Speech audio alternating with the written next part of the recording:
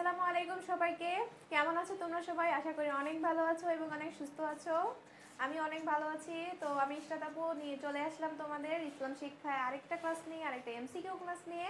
তো তোমরা যারা ইউটিউব থেকে ক্লাসটা দেখতেছো তারা অবশ্যই চ্যানেলটাকে সাবস্ক্রাইব করে দিবা, এবং যারা পেজ থেকে দেখতেছো ফেসবুক থেকে দেখতেছো তারা অবশ্যই কি পেজটাকে লাইক করে দিবা। তো চলো আমরা দেখে নিই আমাদের এমসিকিউতে কি কি আছে। প্রথম এমসিকিউতে কি আছে, আল্লাহ তাআলার ইবাদতের পর এরপর কার স্থান, মানে আল্লাহ তাআলার ইবাদত করতে হবে, তারপরে কার স্থান হবে? ক নাম্বার শিক্ষকের, খ নাম্বার আলেমগণের, এবং গ নাম্বার দাদা দাদির স্থান, এবং ঘ নাম্বার আছে কি মাতা পিতার স্থান। অবশ্যই অ্যান্সারটা কমেন্ট বক্সে লিখে দাও। এরপর আমি এখানে উত্তরটা দেখা দিচ্ছি এবং কি মিলায় নাও। উত্তরটা কি হবে? মাতা পিতার স্থান। এরপরে আসো আমাদের পরবর্তী এমসিকিউ, সামাজিক জীবনের সুস্থতা নির্ভর করে ক নাম্বার ব্যক্তির উপর, খ নাম্বার সমাজের উপর, গ নাম্বার আছে পরিবারের উপর, এবং ঘ নাম্বার কি রাষ্ট্রের উপর।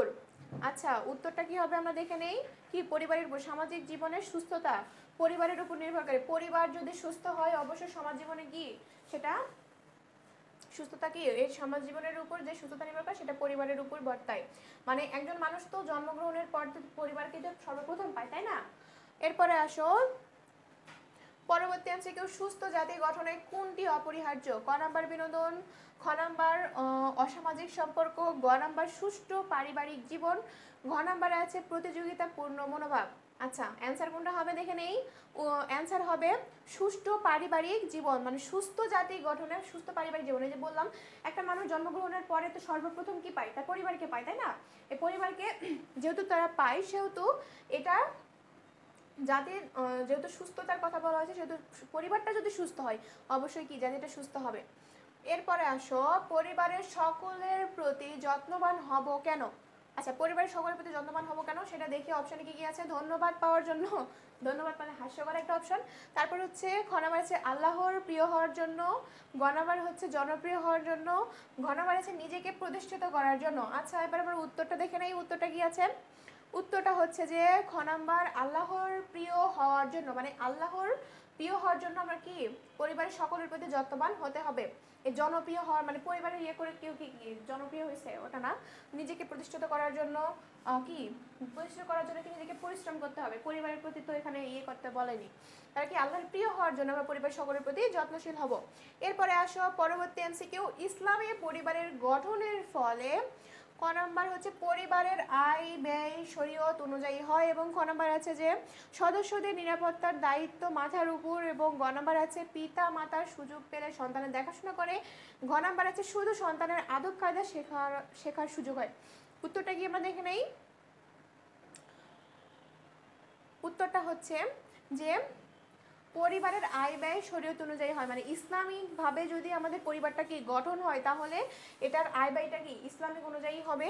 তো হচ্ছে এটা শরীয়ত অনুযায়ী হবে, আল্লাহর বিধান অনুযায়ী এটা কি করতে হবে। এরপরে আসো ইসলামী পরিবারের প্রধান উদ্দেশ্য হচ্ছে ক নাম্বার ধন সম্পদের মালিক হওয়া, খ নাম্বার আছে সন্তানকে আদর্শবান করে গড়ে তোলা, এবং গ নাম্বার আছে শুধু নিজেরাই সুখে থাকা, এবং ঘ নাম্বার আছে সন্তানকে উচ্চ শিক্ষিত করা। মানে পরিবারের প্রধান উদ্দেশ্য কি, আমার পরিবারের প্রধান বিষয়টা এখন জেনে নেই। সেটা হচ্ছে যে সন্তানকে আদর্শবান করে গড়ে তোলা।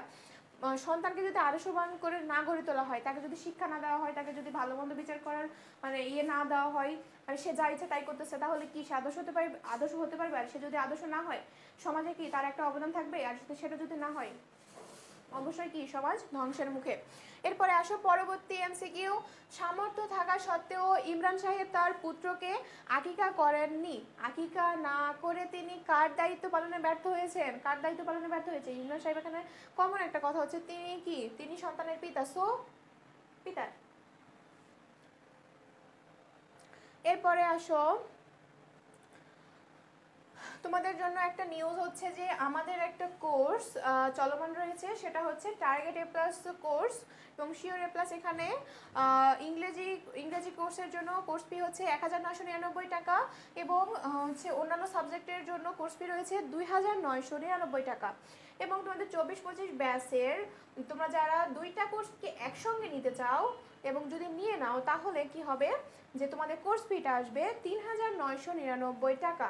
তো তোমরা দেরি না করে যারা পড়াশোনাটাকে সুন্দর করে গুছিয়ে নিতে চাও তারা কি করবা, স্ক্রিনে দেওয়া নাম্বারটাতে হোয়াটসঅ্যাপে কি যোগাযোগ করে নিবা এবং আমাদের কোর্সে তাড়াতাড়ি ভর্তি হয়ে যাবা এবং কোর্সটাকে সুন্দরভাবে গুছিয়ে নেবা।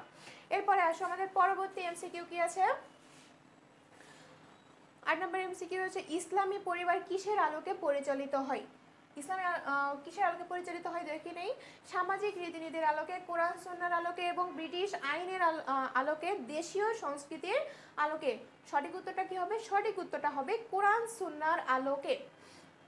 এরপরে আসো পরবর্তী এমসিকিউ, ফরজের পর ফরজ কোনটি? ফরজ কোনটা হবে দেখে নেই।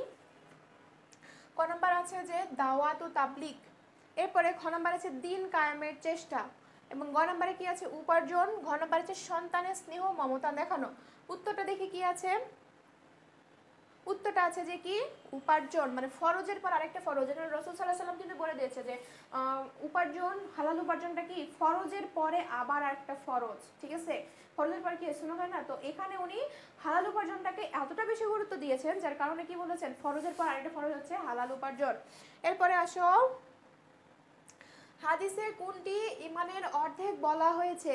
হাদিসে কোনটিকে ইমানের অর্ধেক বলা হয়েছে? গ নাম্বার দাম্পত্য জীবনকে, ঘ নাম্বার বিবাহ করাকে, গ নাম্বার পবিত্রতাকে এবং ঘ নাম্বার হচ্ছে হালাল উপার্জন করাকে। কোনটিকে ইমানের অর্ধেক বলা হয়েছে দেখে নেই।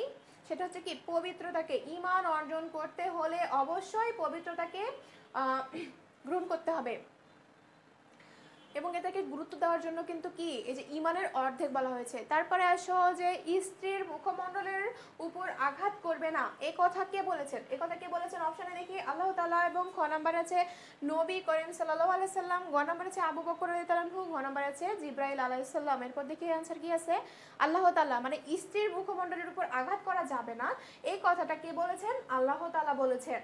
এরপরে আসো পরবর্তী এমসিকিউ কি আছে। পরবর্তী এমসিকিউ আছে কোনো ব্যক্তির জন্য তার ভাইয়ের সাথে কয় দিনের বেশি কথা বন্ধ রাখা বৈধ নয়। মানে কয় দিনের বেশি, এটা তো একটা সব কিছুতে যেহেতু বিধান আছে এটারও তো একটা বিধান থাকবে তাই না।